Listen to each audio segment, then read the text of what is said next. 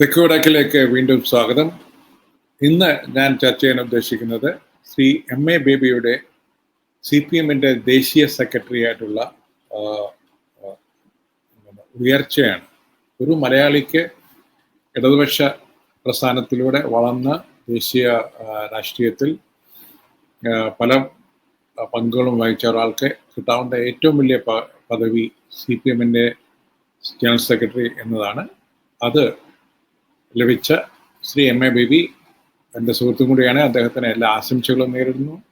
ഒരു മലയാളി എന്ന നിലയിലും ഇടതുപക്ഷ പ്രവർത്തകൻ എന്ന നിലയിലും അദ്ദേഹത്തിന് എല്ലാ വിജയ ആശംസകളും തൻ്റെ കർത്തവ്യം നടപ്പിലാക്കാൻ സഹായിക്കും എന്ന് കരുതട്ടെ.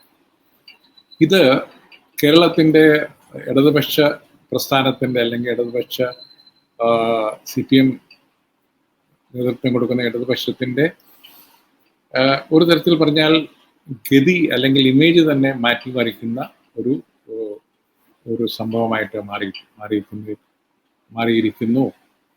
ഒരു കാരണം മീഡിയ അദ്ദേഹത്തെ ഇടതുപക്ഷത്തിൻ്റെ മാനുഷിക മുഖം എന്ന് പറയാൻ തുടങ്ങി.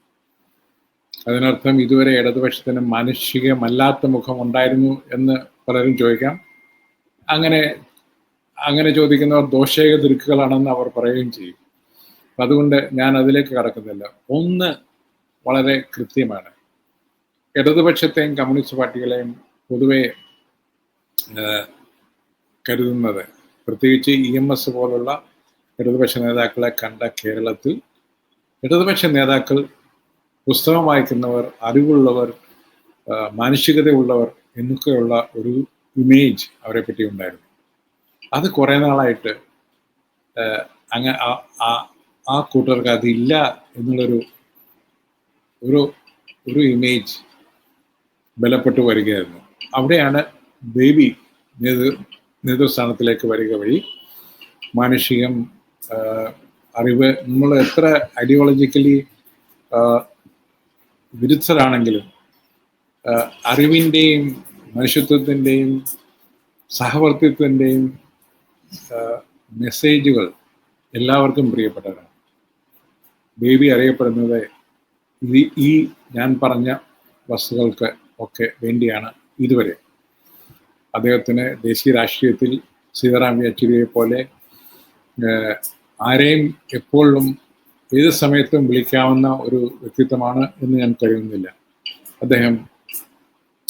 അദ്ദേഹത്തിൻ്റെതായ ലിമിറ്റേഷനുണ്ട്. സീതാറാം യെച്ചൂരി ഡൽഹിയിൽ വളർന്ന് കോളേജിൽ പഠിച്ചു, ഡിഗ്രിക്കും പോസ്റ്റ് ഗ്രാജുവേഷനും ഡൽഹിയിൽ പൊളിറ്റിക്സ് ചെയ്ത് വളർന്ന ഒരു JNU-കാരനാണ്. അതിൻ്റെ അഡ്വാൻറ്റേജ് ബേബിക്ക് ഉണ്ടാകില്ല. പക്ഷേ ബേബിയും അതേസമയം തന്നെ സീതാറാം യെച്ചൂരിയെക്കാളും സീനിയറായിട്ട്, സീതാറാം യെച്ചൂരി JNU-വിൽ ചെയർമാനാകുമ്പോൾ, സ്റ്റുഡൻസ് യൂണിയൻ ചെയർമാനാകുമ്പോൾ ബേബി ആയിരുന്നു SFIയുടെ അഖിലേന്ത്യാ പ്രസിഡന്റ്. അപ്പം അങ്ങനെ ഒരു സീനിയോറിറ്റി ഉണ്ടെങ്കിലും ഒരാൾ ഒരു സ്ഥലത്ത് കേരളത്തിൽ കിട്ടുന്ന ഒരു സ്വീകാര്യത ബേബിക്ക് ഡൽഹിയിൽ കിട്ടണമെന്നില്ല.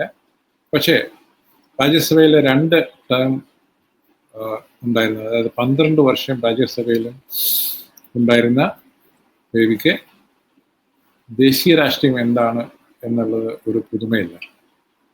മാത്രമല്ല പോളിറ്റ് ബ്യൂറോയിലെ വർഷങ്ങളായി, ഏകദേശം 12 വർഷമായിട്ട് പോളിറ്റ് ബ്യൂറോയിലെ മെമ്പറാണ്. അതുകൊണ്ടുകൂടി ദേശീയ രാഷ്ട്രീയത്തിൻ്റെ പല ഇടങ്ങളും അദ്ദേഹത്തിന് പുതുമയില്ല. പക്ഷേ സീതാറാം യെച്ചൂരിയെ പോലെ ഹിന്ദിയും ഇംഗ്ലീഷും, സീതാറാം യെച്ചൂരി ബംഗാളിയും തമിഴും സംസാരിക്കുന്ന ഒരു അദ്ദേഹമായിരുന്നു. അദ്ദേഹത്തെ പോലെ ഒരു സ്മൂത്ത് റൺ നാഷണൽ പൊളിറ്റിക്സ് കിട്ടുമോ എന്നെനിക്ക് സംശയമുണ്ട്. പക്ഷെ ബേബിയുടെ ഒരു ചാരുത അദ്ദേഹത്തിൻ്റെ സിംപ്ലിസിറ്റി ആണെന്ന് പറയേണ്ടി വരും. വെള്ള മുണ്ടിലും വെള്ള ഷർട്ടും മാത്രമല്ല, അദ്ദേഹത്തിൻ്റെ അടുത്ത് പെരുമാറുന്നവർക്ക് അദ്ദേഹത്തിൻ്റെ മനസ്സ് ശുദ്ധമാണെന്നും സാധാരണ രാഷ്ട്രീയക്കാരെ ഇടപെടുമ്പോൾ നമുക്ക് കിട്ടുന്ന ഒരു ക്രൂക്കഡ് ഫീലിംഗ് അദ്ദേഹത്തിൽ നിന്ന് കിട്ടത്തില്ല എന്നുള്ളത് തന്നെ എനിക്ക് തോന്നുന്നത് ഇവിടുത്തെ കോൺഗ്രസിലും ബാക്കിയുള്ള BJP ഇതര പാർട്ടികൾക്കും ബേബിയോട് അടുക്കാൻ പ്രശ്നമുണ്ടാകില്ല എന്ന് ഞാൻ കരുതുന്നു. അദ്ദേഹം വളരെ ബേബീഷാണോ എന്നുള്ള ഒരു സംശയം മാത്രമായിരിക്കും അവർ മറ്റു പലർക്കും ഉണ്ടാകുന്നത്. അദ്ദേഹം പറയുന്ന ഈ ദേശീയ രാഷ്ട്രീയത്തിലെ നാൽക്കലകളുടെ കുടിസ് റോഡുകളിൽ എങ്ങനെ സഞ്ചരിക്കും അദ്ദേഹം എന്നുള്ള സംശയം മാത്രമേ മറ്റ് പലർക്കും ഡൽഹിയിൽ ഇപ്പോൾ ഉള്ളൂ.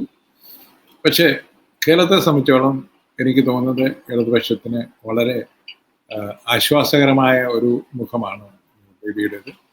അദ്ദേഹം നാട്ടിൽ നിന്നും ഉള്ള നേതാവാണെങ്കിലും നാട്ടിലെ ഇടതുപക്ഷ സർക്കാരിൻ്റെ പ്രവർത്തനങ്ങളിൽ വലിയ ഭാഗഭാക്കാതെ ഡൽഹി കേന്ദ്രമായി പ്രവർത്തിക്കുന്ന ഒരു നേതാവായിരുന്നു അദ്ദേഹം. പാർട്ടി സെക്രട്ടറി എന്ന നിലയിൽ അദ്ദേഹത്തിൻ്റെ ഓരോ വാക്കുകളും നാട്ടിലെ സഹാക്കളും സർക്കാരും ഇപ്പോൾ വളരെ സൂക്ഷ്മമായി നിരീക്ഷിക്കേണ്ടി വരും. അദ്ദേഹം അർത്ഥവത്താക്കി ആയിട്ട് പറഞ്ഞില്ലെങ്കിലും അതിന് ചില അർത്ഥ തലങ്ങൾ കണ്ടുപിടിക്കാൻ നാട്ടിലെ നമ്മുടെ പത്രപ്രവർത്തകരും ദോഷദൃക്കുകളും പാർട്ടിക്കാരും എല്ലാവരും ശ്രമിക്കും എന്നതിൽ സംശയമില്ല. അതുകൊണ്ട് തന്നെ ബേബിക്ക് ആ കേരളത്തിനോടുള്ള സമീപനത്തിൽ വളരെ സൂക്ഷിച്ച് മാത്രമേ ഇടപെടാൻ കഴിയുള്ളൂ. അതൊരു ഞാനന്മേൽ കളിയായിരിക്കും എന്നാണ് എനിക്ക് പറയാനുള്ളത്. അതിന് കാരണം കേരളത്തിൻ്റെ ഇടതുപക്ഷ അല്ലെങ്കിൽ CPM-ന്റെ ഇന്നത്തെ നേതൃനിര തന്നെയാണ്. അവർ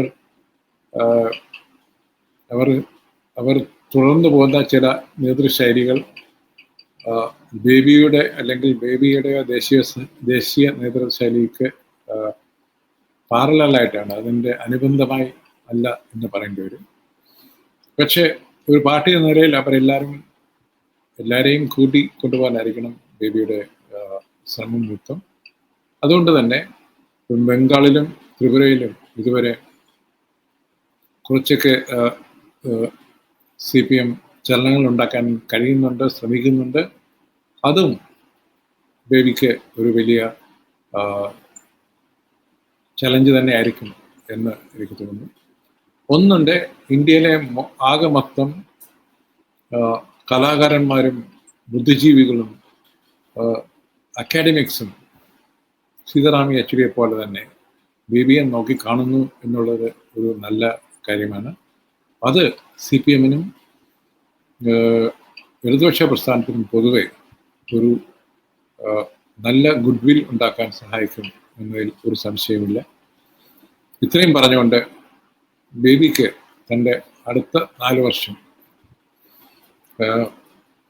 വളരെ ചലഞ്ചിങ് ആയിരിക്കുന്ന ഈ നേതൃത്വം വഹിക്കാൻ എല്ലാ വിജയാശംസകളും നേർന്നുകൊണ്ട് ഞാൻ ഈ ചെറിയ കുറിപ്പ് നിർത്തുന്നു. നന്ദി, നമസ്കാരം.